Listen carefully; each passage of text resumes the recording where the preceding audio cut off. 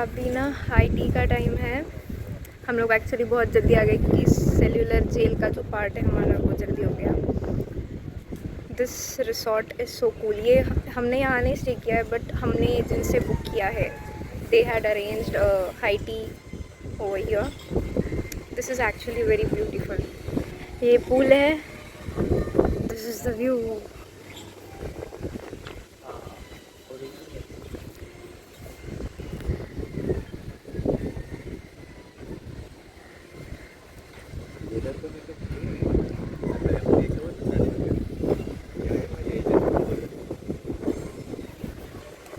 मेरे को इसमें जाने का मन कर रहा है बट अनफॉर्चुनेटली आज नहीं। आफ्टर 1 ईयर मैं कहीं घूमने आई हूँ। मतलब हम लोग इंडिया में भी है और इंडिया में नहीं भी है। This is like that. So welcome to Andaman. So आता आम्ही सगळे हिलटॉप इंटरनॅशनल हॉटेलला बसलो आहे। आमचा सेल्युलर जेलला आता लाईट अँड साऊंड शो आहे थोड्या वेळात। आई गेस 6:30चा आहे आमचा लास्ट बघला। सो ॲम्बियन्स खूप भारी आहे इथलं। हां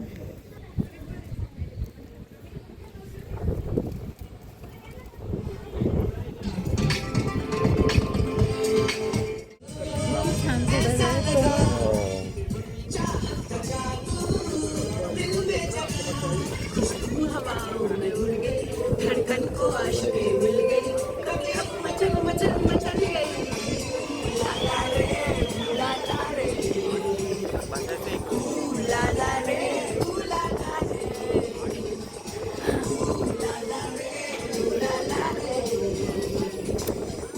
लाला रे लाला रे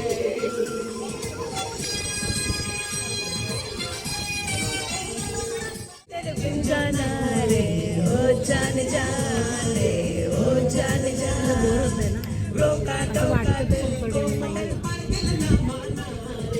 ओ जान जान रे ओ जान जान। खुशबू हवाओं में घुल गई, धड़कन को आशिकी मिल गई, कभी अब मचल मचल मचल गई। लाला रे लाला रे लाला।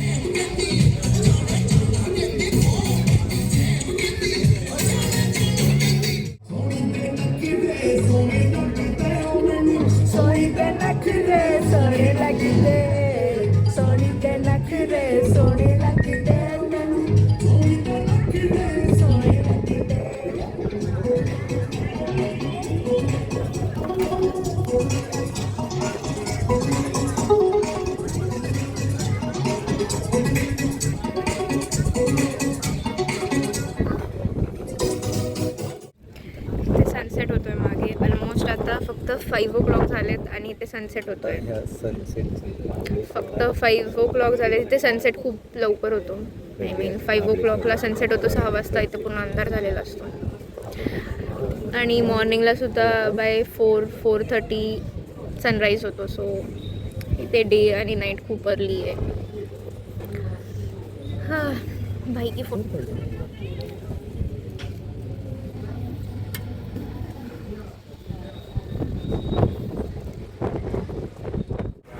तो अभी हम लोग वापस सेल्युलर जेल आए हैं for light and sound show. ये मम्मी बहुत बड़ा फ्रॉक था गाइस। सो हम अभी वापस आए हैं सेल्युलर जेल में for light and sound show. Ignore the background voice. मैं माइक मेरा घर पे भूल गया है, so ignore the background voice. कल से माइक पे होगा। तो हम लोग वापस अभी सेल्युलर जेल आए हैं for light and sound show. हाँ ये व्लॉग मैंने हिंदी मराठी मिक्स कर दिया है पूरा, तो एडजस्ट कर लेना क्योंकि आज बहुत ज़्यादा एक्सर्शन हुआ है, बहुत ज़्यादा थक गए हैं सब लोग। फ़्लाइट के जो टाइमिंग्स थे वो बहुत ज़्यादा विचित्र हो गए थे। बुकिंग करते टाइम ऐसे बहुत मज़े मज़े में किए कि हाँ चलो मज़ा आएगा, रात भर एयरपोर्ट पे आउटिंग करेंगे, बट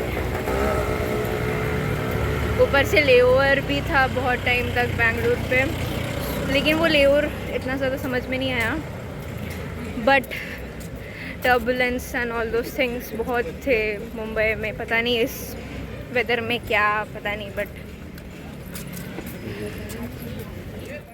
तो यहाँ हम लोग पहुँच गए हैं सेलुलर जेल एंड हमारा जो शो था वो 6:30 का था एंड बहुत ज़्यादा भीड़ थी। ऑलमोस्ट पूरा शो जो था वो फुल था।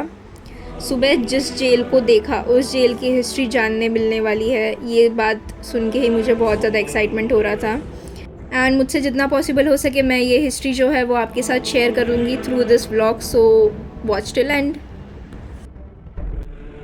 जैसे ही अंधेरा छाता है और सेलुलर जेल की दीवारें रोशनियों से ज़िंदा हो उठती है, इतिहास बोलना शुरू करता है।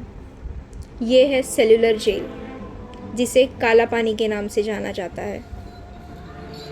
ये कदमों की आवाज़ सिर्फ चलने की नहीं है, ये उन जिंदगियों की आवाज़ है जो बेड़ियों में बंद कर काला पानी भेज दी गई। हाथ में जंजीर, पैरों में बेड़ियाँ और दिल में सिर्फ एक चाह, आज़ादी की।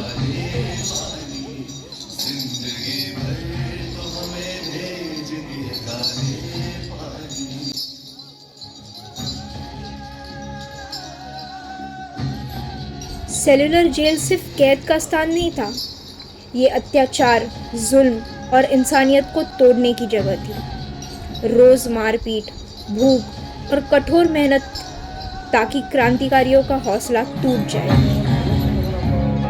आसमां क्या नहीं बाकी था गज़ब ढाने को, लाग गुर्बत में रखा है हमें तड़पाने को। आज जिस घर में हम तैयार थे मर जाने को, जिंदगी हमसे छुड़ाया है काश आने को। जिंदगी भर तो हमें भेज के काले पानी, जिंदगी भर तो हमें भेज के काले पानी। इतिहास और पुराणों में इस स्थान का उल्लेख हनुमान जी के नाम से मिलता है। कहा जाता है कि प्राचीन काल में जब भगवान श्री राम ने लंका पर चढ़ाई का संकल्प किया था, तब पहले उन्होंने इन द्वीपों को अपना आधार बनाकर यहीं से आक्रमण करने का विचार किया था, लेकिन बाद में यह योजना बदल दी गई और श्री राम ने धनुषकोडी के मार्ग से लंका पर चढ़ाई करने का निर्णय लिया। इतिहास और पुराणों में इस द्वीप को हनुमान द्वीप के रूप में याद किया जाता है। लगभग 60 से 70 वर्ष तक इन द्वीपों पर किसी ने ध्यान नहीं दिया। पक्षी और जंगली जीवों का जीवन यहाँ शांत और निर्भय था। प्रकृति अपनी गति से चल रही थी, लेकिन फिर इतिहास ने करवट ली और 1857 की क्रांति के साथ इस सुनसान द्वीपों की शांति टूट गई। 1857 की लड़ाई, जिसे भारत का पहला स्वतंत्रता संग्राम माना जाता है, इस क्रांति की चिंगारी जलाने वालों में सबसे पहला नाम आता है मंगल पांडे।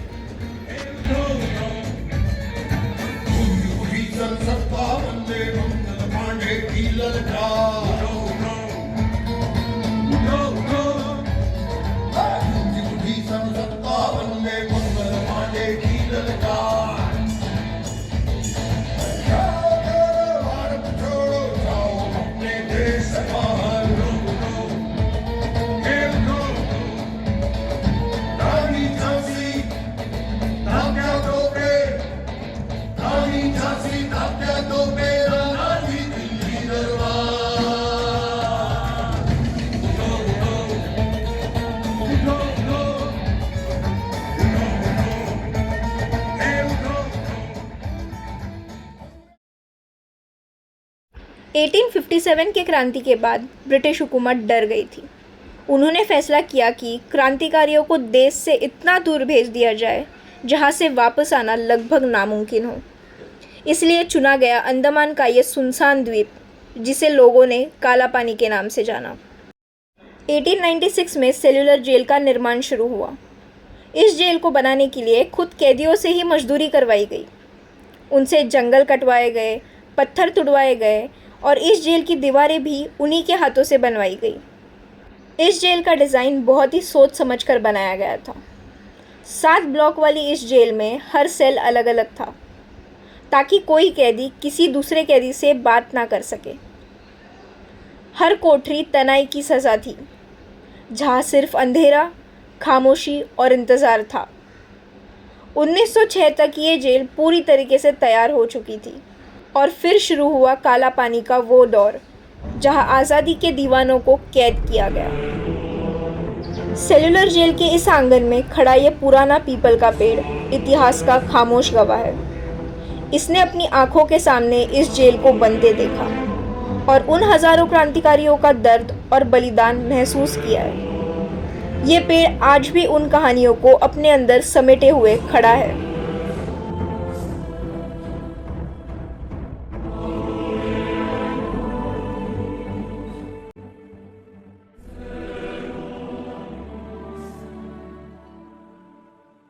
इन दीवारों के बीच बंद किया गया था भारत का एक महान क्रांतिकारी, विनायक दामोदर सावरकर। 1911 में ब्रिटिश हुकूमत ने उन्हें 2 बार जीवन कैद की सज़ा सुनाई और काला पानी भेज दिया। ये सज़ा सिर्फ शरीर को कैद करने की नहीं थी, बल्कि उनका हौसला तोड़ने की कोशिश थी। उन्हें एक छोटी सी अंधेरी कोठरी में अकेला रखा गया, जहाँ से ना किसी से बात करने की अनुमति थी, ना ही बाहर की दुनिया की कोई खबर। उनसे कठोर काम करवाया जाता था, पत्थर तोड़ना और घंटों तक बिना आराम किए काम करना। हर दिन एक नई परीक्षा, हर पल एक नई पीड़ा।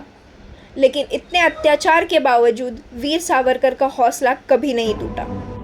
उन्होंने जेल की दीवारों को ही अपना कागज़ बनाया और अपने विचारों को जिंदा रखा। उनका शरीर सेल्यूलर जेल में कैद था, लेकिन उनका मन और उनका सपना आज़ाद था। क्यों सावरकर, तुम भी पागलपन का बहाना करेगा क्या? तुम्हारे बाद मिस्टर लेरी। अच्छा। हाँ, जिस तरह के अत्याचार तुम कर रहे हो, उनसे कोई भी आदमी पागल हो सकता है। वीर सावरकर के अलावा कई और क्रांतिकारी भी इन दीवारों के बीच कैद थे। उनमें से एक थे उल्लासकर दत्त, जिन्होंने ब्रिटिश अत्याचार का सामना बड़ी बहादुरी से किया। सेल्यूलर जेल में कैदियों से कठोर श्रम करवाए जाते थे और उनके साथ बहुत बुरा व्यवहार किया जाता था। इस अन्याय के खिलाफ कैदियों ने भूख हड़ताल शुरू की। ये हड़ताल सिर्फ भोजन के लिए नहीं थी, ये अधिकार और इंसाफ के लिए संघर्ष था। ब्रिटिश हुकूमत ने इस हड़ताल को तोड़ने के लिए ज़बरदस्ती दूध पिलाना शुरू कर दिया।